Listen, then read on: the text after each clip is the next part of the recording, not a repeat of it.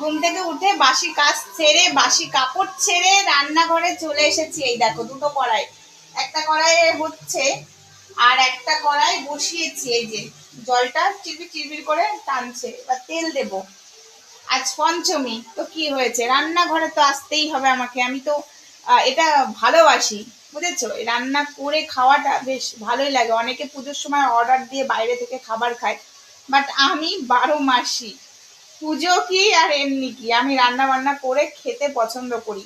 কেনা খাবারটা না কেমন যেন একটু লাগে। আর সব থেকে বড় ব্যাপার, পেটও ভরে না, টাকাও খরচা হয়। রাইট? আমি কথাটা ঠিক বলছি কিনা?